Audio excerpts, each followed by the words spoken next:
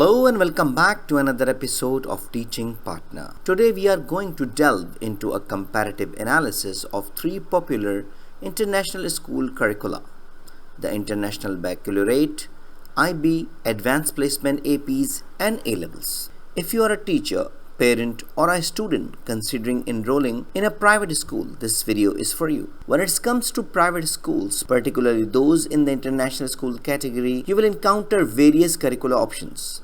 The three most commonly available are the IB, APs and A-levels. These certifications go beyond a standard high school diploma, introducing students to college level coursework and preparing them for the academic rigor of top university worldwide.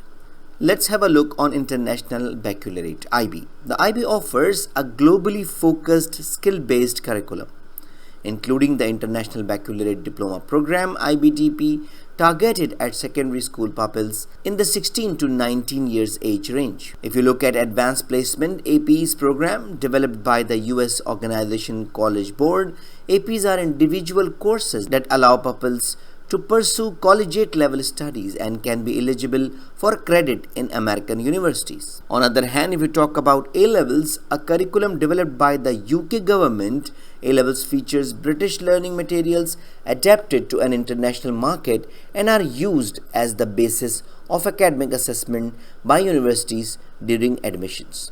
Now let's talk about the key differences between IB, AP and A-levels. In terms of curriculum, IBDP allows pupils to choose from 6 subject groups alongside additional requirements such as research project and participation in creativity, activity and services. AP courses are individual with flexibility in choosing the numbers of courses depending on the school's rule and subject offering. Whereas A-level pupils often take 3 or 4 subjects focusing on their intended degree. Let's compare in terms of training.